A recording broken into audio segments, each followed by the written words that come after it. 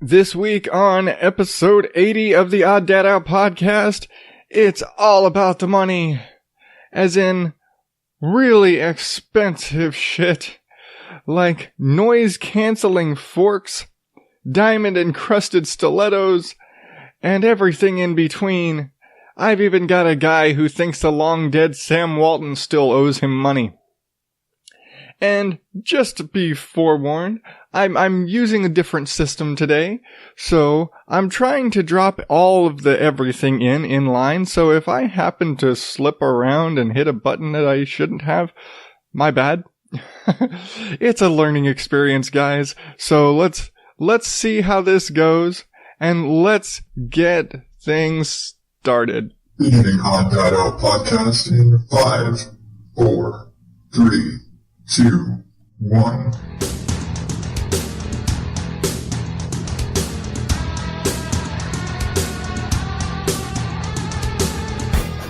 Welcome to the Odd Dad Out podcast, where normal is not my specialty. I am your host, as always, the constantly sniffly Adam Higgins, the Odd Dad Out. And on this fun little show of mine, I tell my personal little stories about weird stuff and what's going on in my world. And I make fun of some weird news stuff.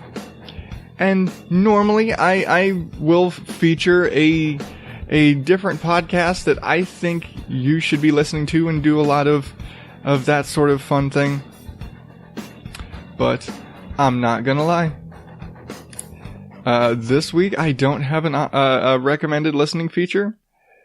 In part because I've been busy.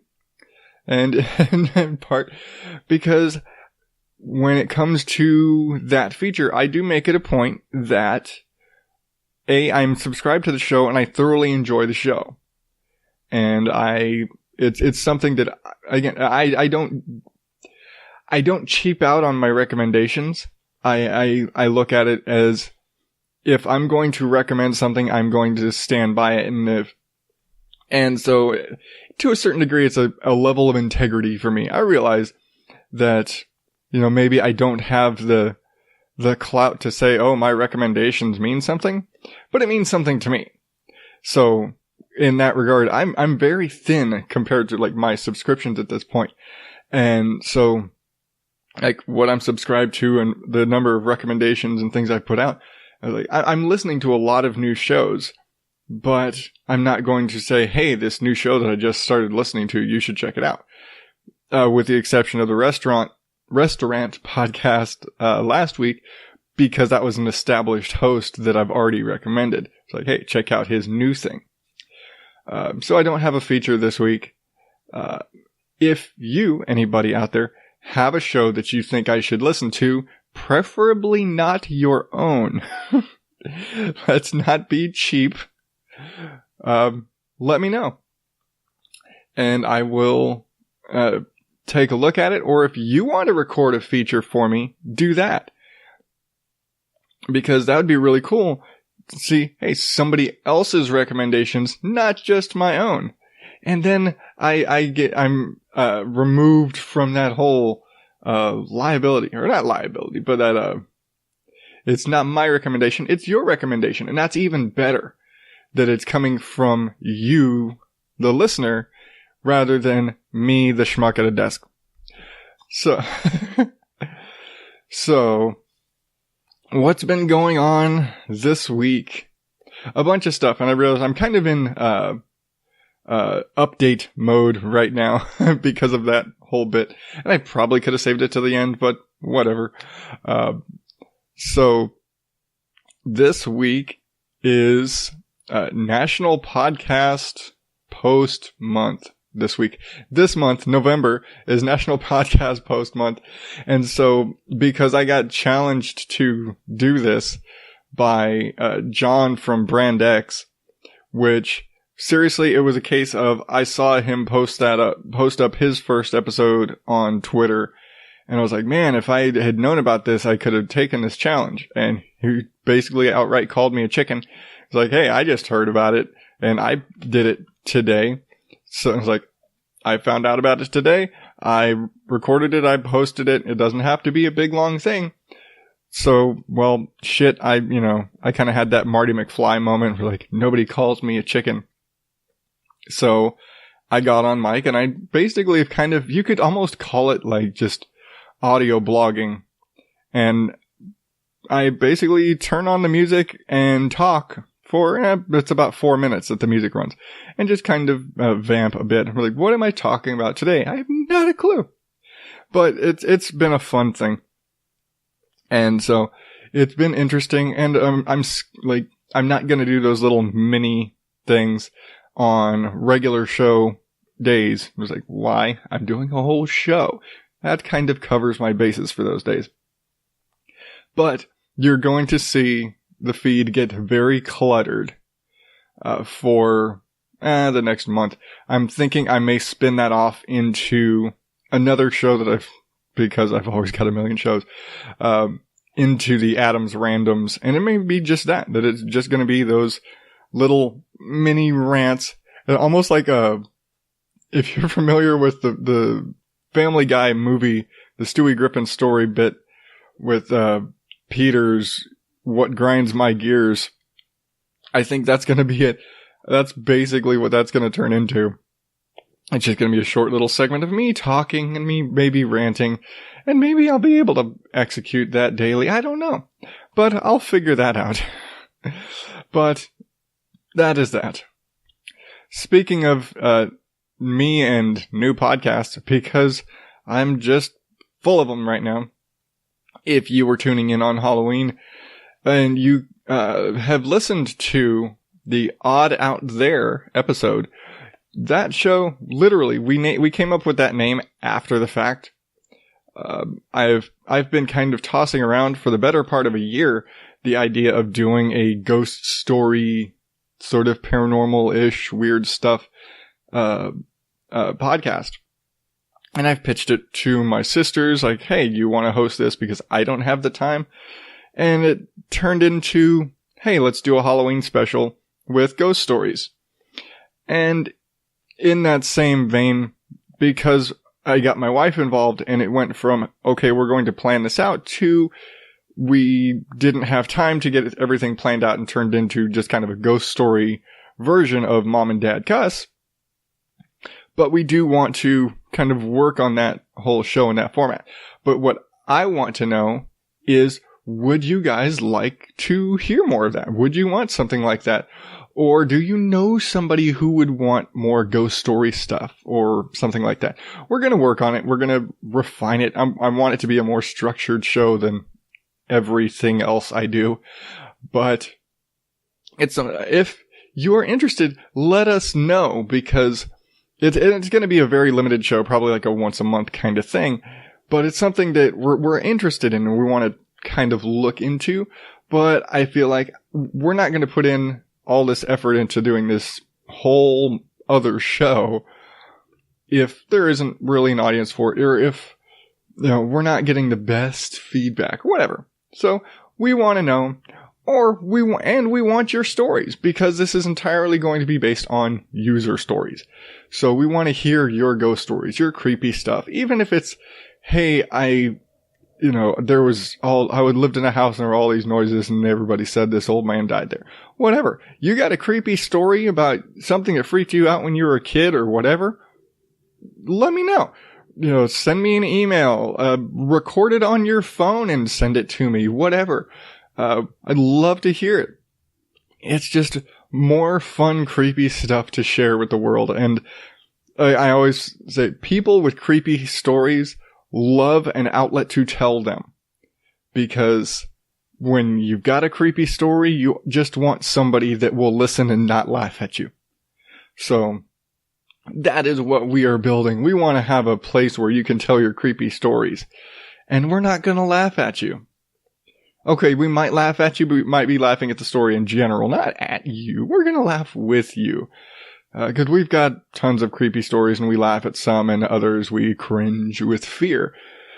Lots going on. But into even more current events. Speaking of Halloween, Halloween just passed. We just got past Halloween this week, and man, it's a busy time around our house. And if you listen to Mom and Dad cuss, you basically got the gist of what Halloween entails for us.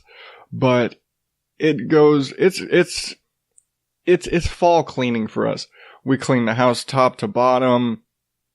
We physically and spiritually cleanse our home. And then we take the boys trick-or-treating. We do all that stuff.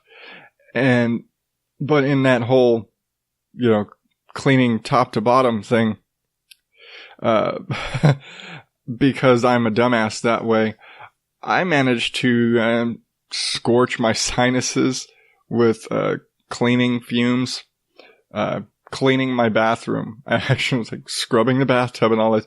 If you've ever used that Kaboom foam, that it sprays on purple and turns white when it's clean. Well, when you use that stuff in a small bathroom and you have to keep the door closed so that the 2-year-old doesn't come in and fuck with everything, you kind of you burn your sinuses out, basically. And so right now I'm still kind of recovering from that. So if I'm extra sniffly today, that's why. And at this point, there's so much of it. There's no way I'm going to be able to edit out every sniffle and sniff and whatnot just from, my nose hurts a lot.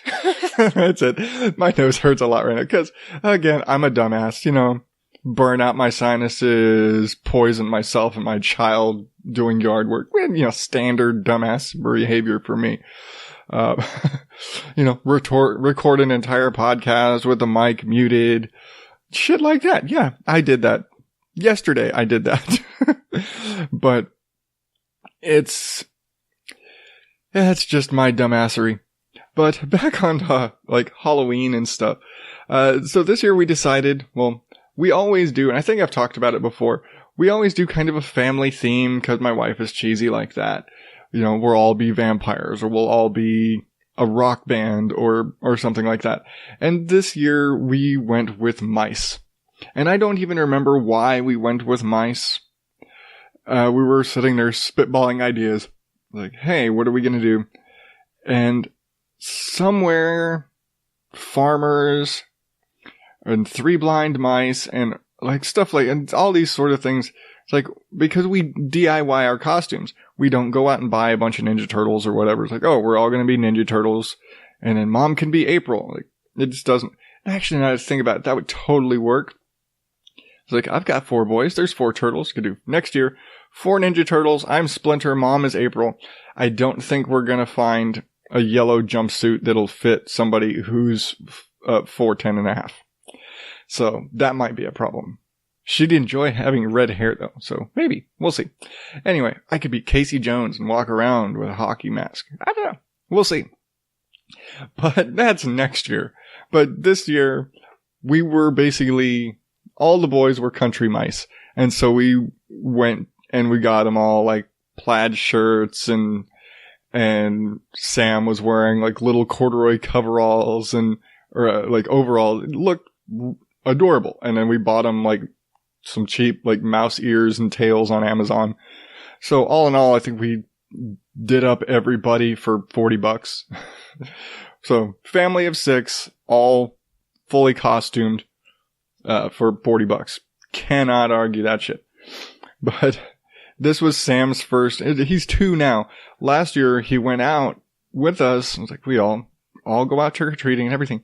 But last year he was in the stroller. And so it's me walking up to the house with a stroller holding his candy bucket. And I was it's for him. I swear it's for him, not me. Because I'm totally going to give the 1-year-old candy. But here. But yeah, this year he actually was walking. And he was walking from house to house, all adorable with his mouse ears. And he loved his mouse ears. If they fell down, he got so mad. Incidentally, we have a pair of Mickey Mouse ears that the boys all fight over and love to wear because they love Mickey Mouse for forever. So him getting other kind of mouse ears that he doesn't have to fight over, and a tail. Oh, he was so excited. But so we started off, and we're one of those families where it's like the boys go to bed fairly early, and so we're like, well, they've got school tomorrow. Halloween was on a Tuesday. It's like, they got school tomorrow. We've got to get a relatively early start. We basically were all dressed up and ready to go, and it's just shy of 6 o'clock, and we're like, the sun's down at 6, basically. We're like, and we go outside, and the sun is still kind of up, and we don't see anybody. And we're like, I don't want to start going and like, there's nobody. And we're in one of those kind of neighborhoods, and this time of year in Arizona, again, the sun is down at 6. So really, it's reasonable to not start trick-or-treating until the sun is down. Now, when I lived in Texas, because of daylight savings time, we would start, like my little brothers and I, when we'd go trick-or-treating, we would start when the sun was still up. Because with daylight savings time, the sun would be up later. And we're like, well, it's almost 7. It's like, still got, a big neighborhood to cover. And then, little kid, I got school tomorrow, so the little kids had to be in bed, shit like that. But in this case, sun's down at 6 o'clock. You basically wait until the sun is down to go out trick-or-treating. And so we stood around walking and playing around in the front yard for probably 10, 15 minutes until the sun was down. It's like, all right, I think it's dark enough. Here, the sun's on this side. We'll go that direction. And we walked further. We walked away from the sunset, just to have the darker side of the street. But we covered about 3 blocks, and we have a relatively tight neighborhood. And we're basically like almost like dead center in the neighborhood where our street's at. There's like 3 streets in one direction, 3 streets in the other direction. It's kind of like a big block, and there's kind of a one main road that kind of circles our whole area and bisects the different sections of our neighborhood. And so last year we went up, you could say, up from our street, and we, went up about 3 streets and kind of zigzagged through the neighborhood. This year we decided we're going to go the other way, and we actually passed, I think I've talked about how the house we're in now, we're actually a few blocks away from our old house. And not the house that we lived in when we started the show. Older house. But we're like, hey, we'll go that direction. And so we go the other way and go about 3 streets back. And it's fun. But one of the funnest things about our neighborhood is our neighbors, I will say there aren't a ton of houses that give out candy. And I think it's because we live like out here in Surprise. We're right up against Sun City, retirement communities. There's a lot of old people. There's also a lot of empty houses from snowbirds. And so it's entirely possible that your neighbors aren't there just because they're in Washington right now. It's like they're in their summer home right now. So half your neighbors may not even be around. But what neighbors we do have like to give out handfuls of stuff. We got every house you go to in our neighborhood. It's not a take one. It's, they give out, just reach into the huge bowls and give you handfuls of candy for every kid. And again, 4 boys. And of course, because my boys are adorable, okay, the older 2 they're cute, but they're obnoxious. But the 2 little boys are so cute, they can just walk up, after they've already gotten a big handful in their bag, they'll walk up and just grab a handful out of the candy bowl from the person, and they'll laugh about it. And they're like, oh, that's so cute, here you go. And they'll give them another handful. So they'll have like 2 handfuls and what they just jacked from the bowl. And they'll be like, oh, it's so cute. So you end up with the 2-year-old has the biggest haul. And he's sitting there like, well, I'm holding his bucket anyway.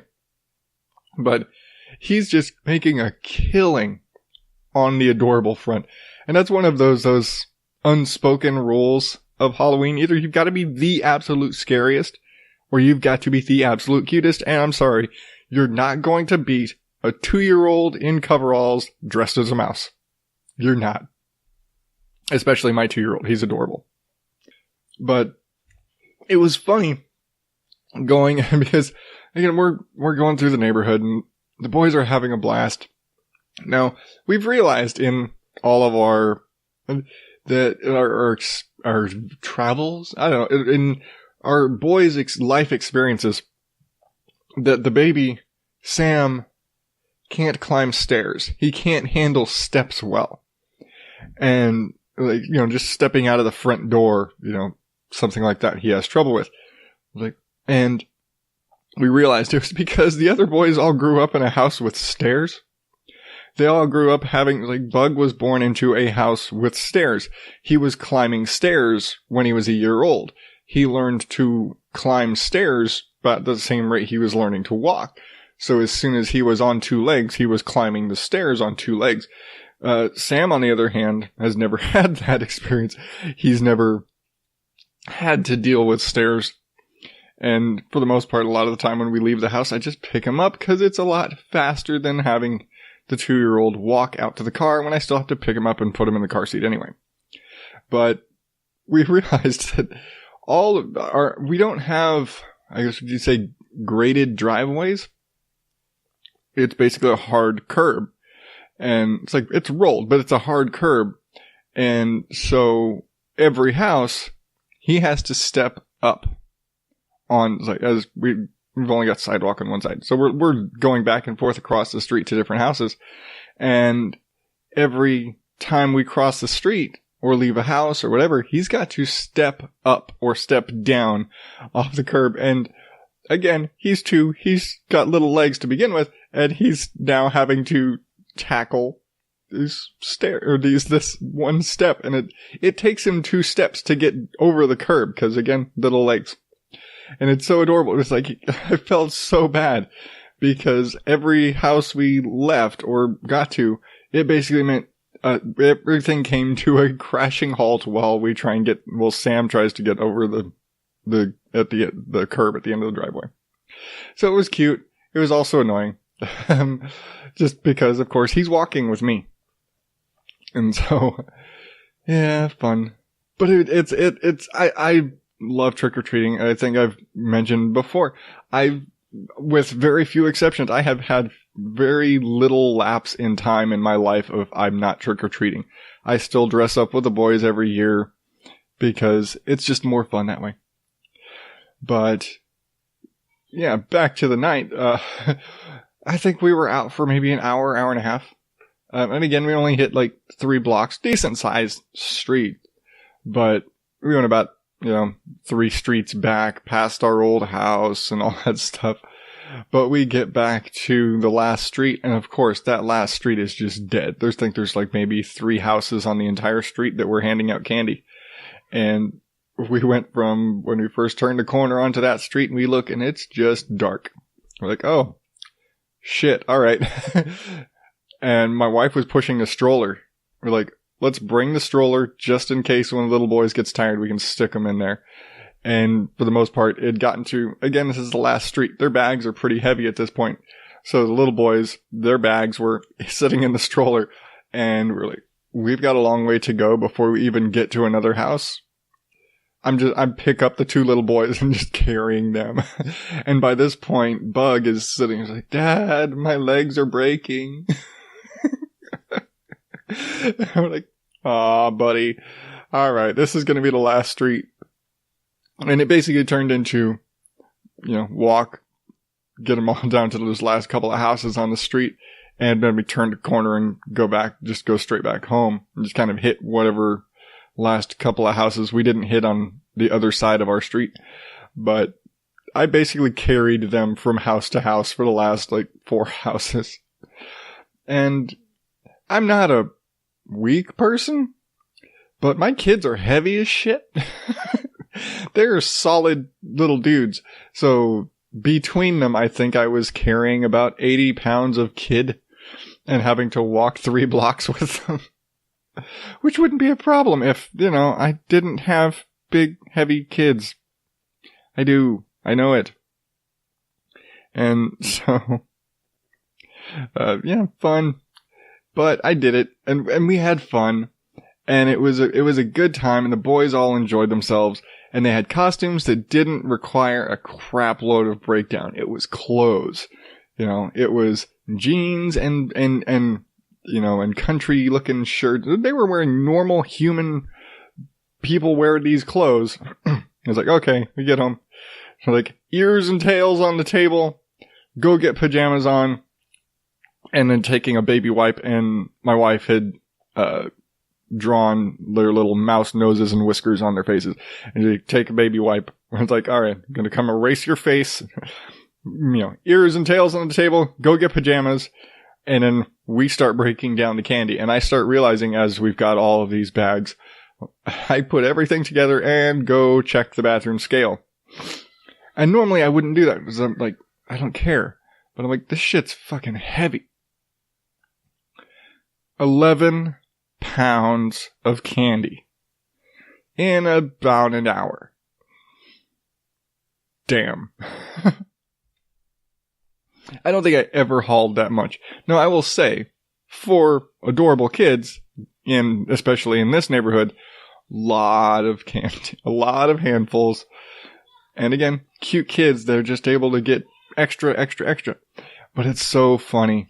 Again, I loved this neighborhood for Halloween because they're just generous as hell.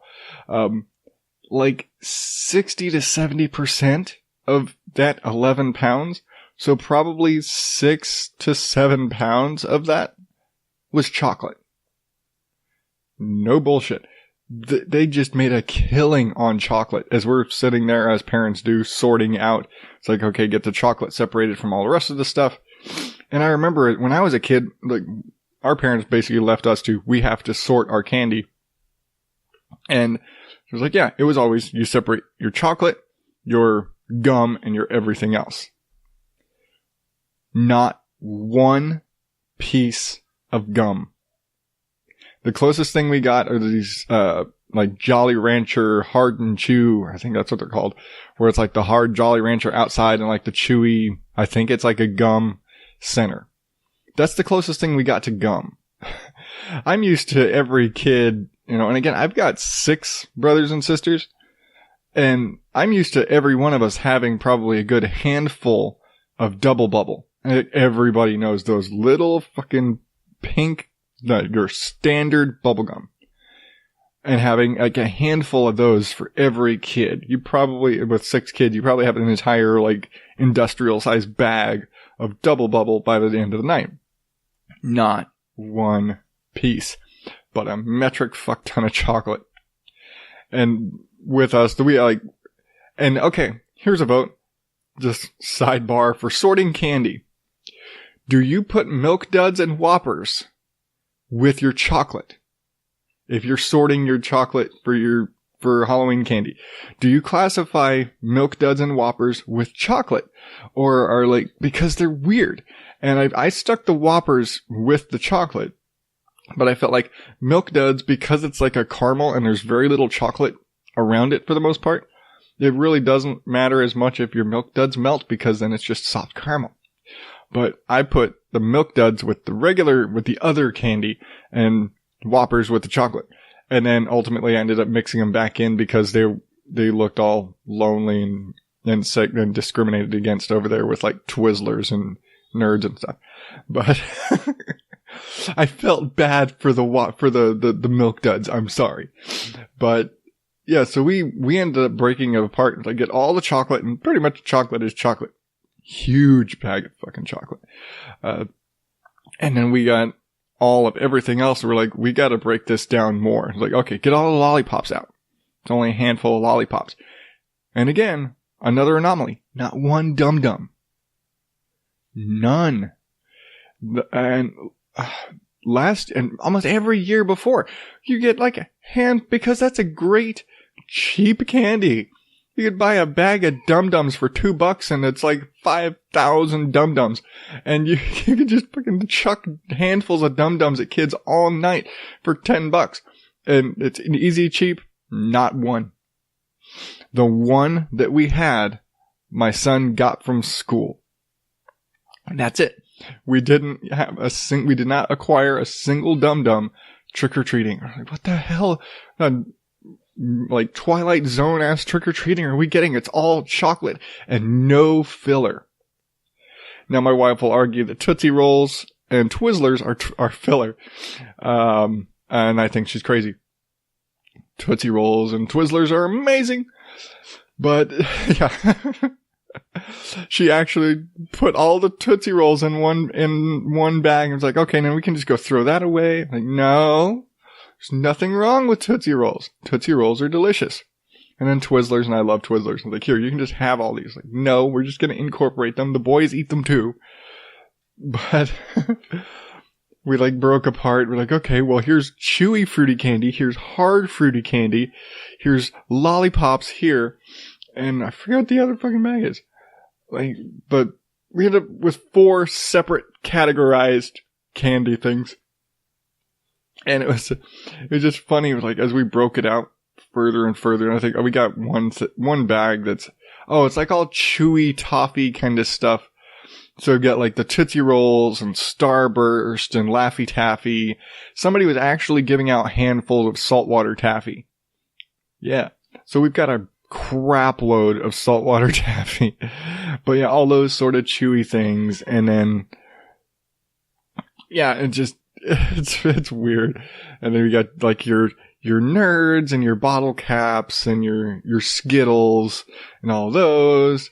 And we got it all broken out and categorized and crap. And I even went through the chocolate and pulled all the standard, like your normal Hershey bars and took all of those out. Cause you're not, if you're a food person and you know this, you're not supposed to refrigerate chocolate.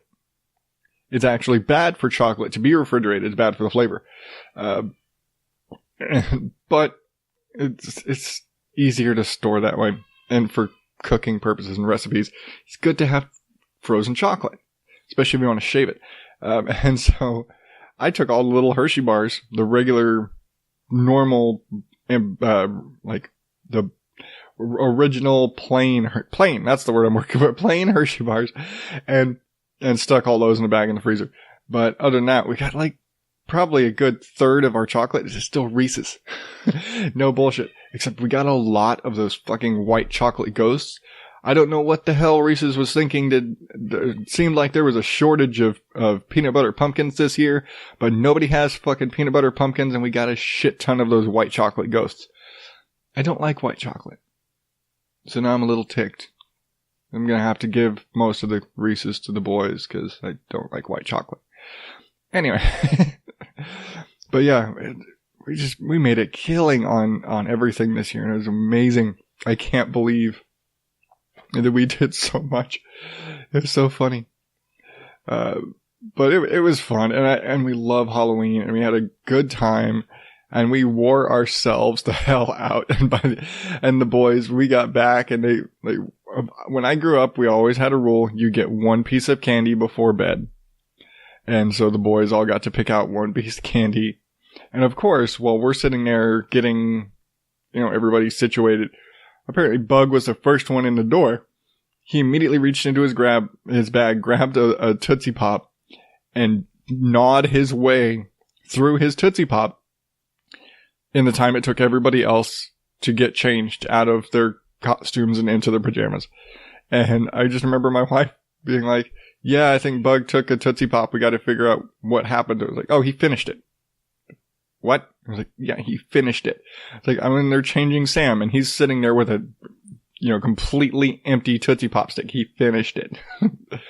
Like, and it's half the, damn, how many licks did it take? 0? And half, shit, he just gnawed his way through that, and he is going to be wired. Like, nope.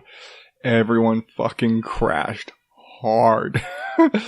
All the boys crashed hard. Of course, we didn't. We stayed up because we're adults, right? We fucking went down hard. I think my wife had some homework she had to do, so she was sitting there doing some of that stuff. And then, so she was doing that, but I had show prep that I had to start doing But yeah, we very easily knocked out. I was like, nope, night's over. So that was our Halloween. It was fun. Made a killing. I've got a fuck ton of candy that I'm already seeing the results on the scale, and I got up this morning and now I know, again, I'm not fat, but seeing the numbers climbing so quickly for me, I'm up 2 pounds from last week. No bullshit. I'm like, fucking candy. I've determined it's my gummy worm problem. It's my candy problem. I have a sweet tooth and I have a problem with candy. So, yeah, I need to work on that, I think. But while I work on that, I'm going to take a quick Podern Family promo break. And I will be right back. Hi, my name's Jeremy. I've listened to podcasts for years. I've always had questions about my favorite shows or for my favorite hosts.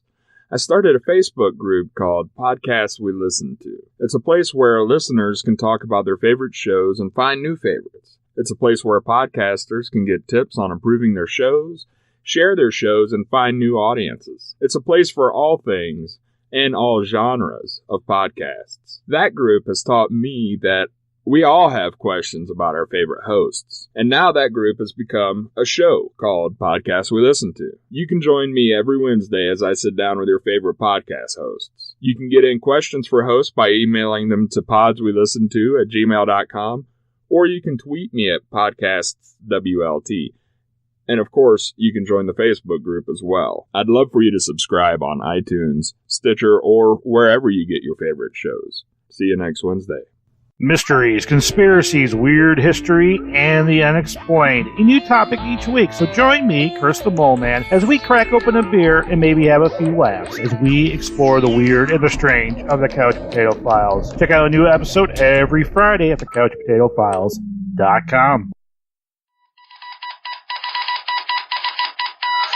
Bullshit from the news. All right, let's get on with the money. All right. $130 fork silences slurping noise from noodles. Nissan, I'm going to pronounce it Nissan. I'm not 100% sure. Don't get mad at me, Japan. Nissan, the company that invented the instant ramen noodle, has created a fork that generates a sound to cancel out the sound of noodle slurping. Now, if you know this, but in Japan, it's actually proper form to slurp your noodles. And it's seen as one, the slurping and you're aerating, so you're getting that extra air that's opening up the flavor, so you get all of the flavors of the noodles better. But it's also seen like the kind of the ravenous slurpiness. It's seen as a sign of respect for the chef and whoever made the meal. To Westerners, especially Americans, it's gross. You know, personally, I grew up eating ramen like crazy, and I can eat like 3 fucking things of instant ramen and just that's it. Sorry to everybody who just got grossed out.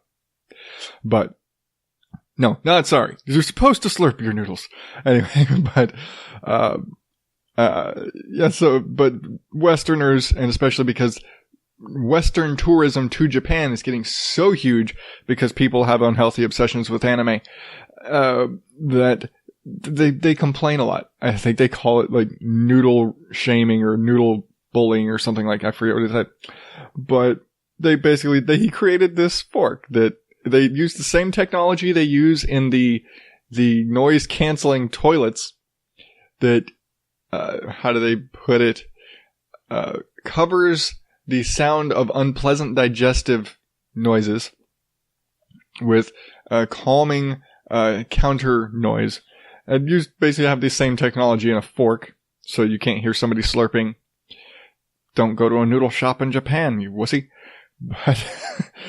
But yeah, $130 for a fork, so that your the wussy guy next to you doesn't hear you slurping your noodles, even though that's how you're supposed to eat ramen noodles.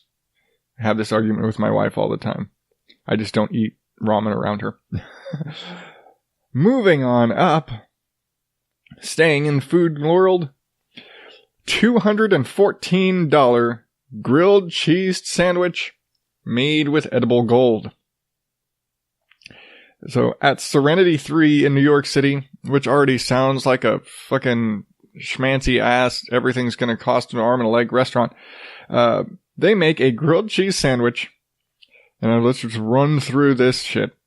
$214 grilled cheese sandwich using French bread baked with Dom Perignon, champagne, and 23 karat gold in the bread. It's filled with imported, I can't pronounce this, fancy ass Italian cheese. There's way too many consonants in there. I can't pronounce this. It's in the show notes. If you really want to see what this shit is. It's a really expensive sandwich. Highly expensive. Like, apparently there's only like 25,000 cows in the entire world that they milk to get this cheese, this schmancy ass cheese. That is then gilded with 23 karat gold leaf and served up with a tomato and lobster bisque because, grilled cheese and tomato soup. It is literally a grilled cheese sandwich made with gold. The fuck, people? How much of a schmancy ass fancy bastard you gotta be? I'm so rich I eat golden grilled cheese. Fuck you, peasants.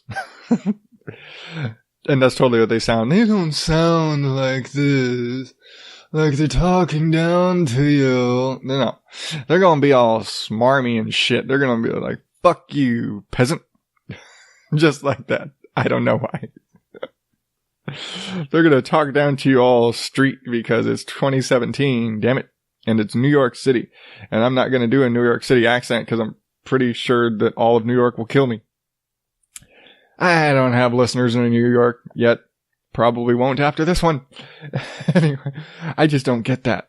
And you hear those stories about it's made with edible gold. Fuck that. Gold is better suited to be worn or used for electronics or something. Why are you going to eat gold? It's not digestible. You're going to be shitting gold. You will be. And then you're just going to throw it away. That's it. You are literally paying $214 for gold for you to shit gold. That's what it is. Just saying. Alright. Getting away from food and moving into fetishes, oddly enough. Woman earns over, or at least claims to earn over $70,000 per year taking pictures of her feet. So, this woman, known on Instagram as Scarlet Vixen, she basically had some people like, hey, you can make money on the internet selling pictures of your feet. And you're like, what the hell are you talking about? Well, it's a fetishy thing, and people with fetishes will pay for their fetishes. And so she just started posting pictures of her feet on Instagram, and she got really popular, and, much like so many other things, you can put in ads and sponsored posts and things like this. And then people started wanting like specialty pictures and certain parts of like, hey, can I get a close up of your left, the big toe on your left foot? Like, oh yeah, that does it for me. And people will pay for that. And like, so her viewers started showering her with gifts and money and all this. And again, she's selling like custom pictures. She does insist. As much as she gets tons. And she says the vast majority of her comments and her feedback is really perverted. And she's like, she's not going to turn her back on the fact that she makes such a good living taking pictures of her feet. She says she posts up like 3 different new pictures every day. But She insists she does not do nude pictures, and she will not do nude pictures. I'm like, no, I do the foot thing. I make plenty of money doing the foot thing. I don't have to be naked. Even though she says she gets a crap ton of requests for nude pictures. I'm like, yeah, because you're a pretty lady. She's attractive. I'll give her that. She's absolutely an attractive woman. I'm not into feet, so the focus of the picture being feet, not my thing. But she's an attractive woman. I wouldn't mind if she were to have unclothed pictures out there. But again, I'm not a foot person. Moving on, staying with feet, oddly enough. I told you I had them. Jewel-encrusted stilettos that will set you back, wait for it, $15 million. Yeah. US. $15 million. Let's get into the construction of these bitches. Alright, they are officially declared the world's most expensive pair of high heels, obviously. Stilettos contain over 1,000 diamonds of various colors and rarities, including like some like blue diamonds and things like, there's like, in one color of diamonds, I think there's like $25,000 with like 3 diamonds because it's such a rare diamond. Crazy shit. So yeah, there's over 1,000 diamonds set in platinum. Cause why not? The shoe, like the main construction of the shoes themselves, they're made of 24 karat gold painted leather. So it's hand stitched leather painted with gold. Stitched using 18 karat gold thread. It has solid gold zippers and rose gold accents throughout. Why? This is up there with the diamond bras. Those like Victoria's Secret, we're gonna make one of these a year and it's gonna be a bra that costs like $50 million because it's, on Heidi Klum. That's why. Cause, honestly, if I'm paying $50 million, Heidi better fucking come with it. Honestly, I think that they're only like $1 million, I think, for those things. I don't know. I don't buy diamond encrusted bras to know. I sure as hell am not buying diamond and gold fucking stiletto heels. 1, cause they're probably not in my size. And 2, cause you're not gonna wear that. You're gonna stick those on a fucking shelf. Just like the diamond bra. You don't wear the diamond bra. Does anybody ever buy those, by the way? I don't know.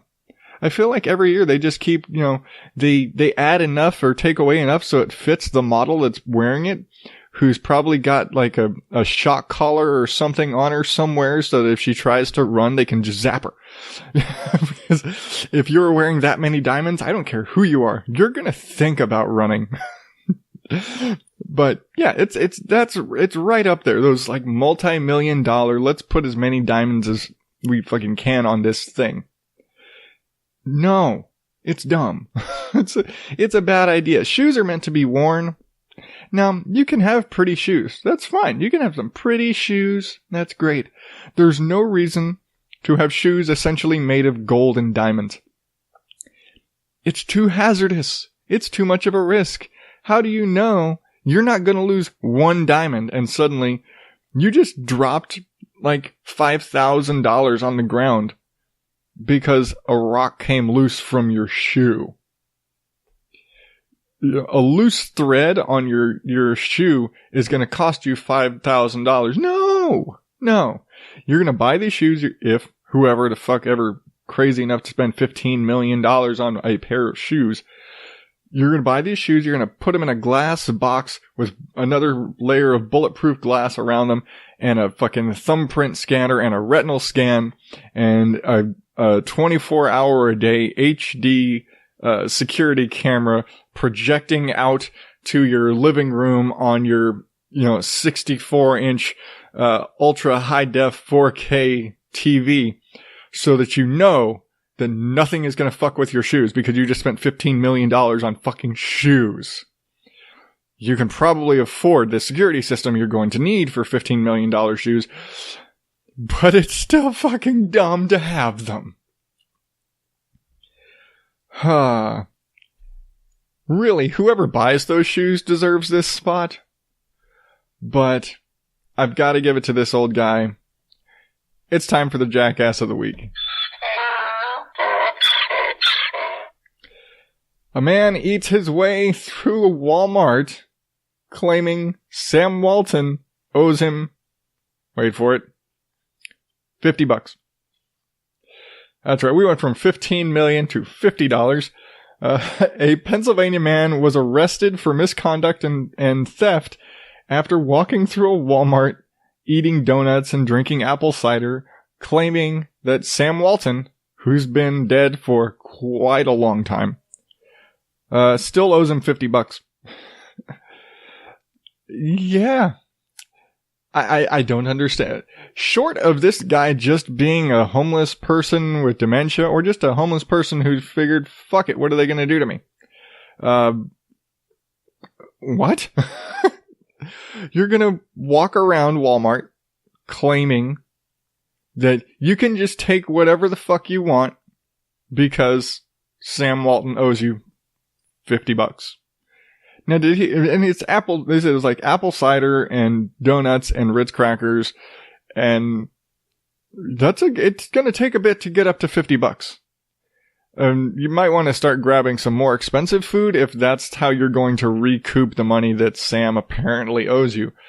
Really, if you're gonna do that, you shouldn't go into a Walmart, you should go into a Sam's Club and just pick up a case. Just pick up the whole fucking case of the whatever the fuck you decide to, and sit in a corner and just sit there scarfing the jumbo case of Ritz and the jumbo case of donuts, because at least you'll get your $50 out of it. Because it's going to be a lot harder walking around a regular Walmart. Unless you get some schmancy cider. I don't know. I don't shop for cider at Walmart. I don't know what expensive cider runs other than hard cider, like Angry Orchard and Reds and shit like that. I don't know. Even that's not that expensive. $50 of Angry Orchard is a lot. So, yeah, I don't know. Is he knocking off amounts for his tab? It's like, all right, we're down to $47. 42. I don't know. It's just fucking, but yeah, they tried to throw him. I was like, dude, you gotta get out of here. He refuses to leave. They call the cops and he's screaming and raving saying, no, Sam owes me this money. I don't know if that's how it went down. All I know is a guy didn't want to leave and said, fucking Sam Walton, again, long dead Sam Walton owes him $50. So I'm gonna take it from your store. Your stores. I don't know. Crazy people. But just for the hell of it, let's play a few more podcast promos because I like sharing these with you. And I'll be right back and we'll wrap up the show, shall we? Dude. Bitch. So this is what our podcast is normally like. My name is Gareth. I'm Bex. Why did you say it like that? What? Because I didn't realize you were going to leave that in there. That's why I tell you the mic's live all the time. You're a dick. And you can experience this kind of random shenanigans every week on the LWAF Podcast, Gareth's Random Ramblings. You can find us... What? With Bex. You get... Fine. It's Gareth's Random Ramblings. You can find us on iTunes or Spreaker, or you can also check out garethsrandomramblings.space. Because Gareth is too cheap for the .com. He's just a guy, he loves to ramble randomly across the wire. It's Gareth. Hey there, we are the LWAF Podcast. I am Joe. And I'm Nick. Each week we select 2 films from the Netflix library, and then we discuss them. You know, Joe, it's been over 20 years since we graduated from film school together, and now we have a podcast show for it. And usually we disagree about movies. But even when we agree, we disagree about why we agree. I disagree. You can find us on iTunes, Stitcher, TuneIn Radio, and at the Castify.fm website. And you can find us and follow us on our own website, LWAFpod.com.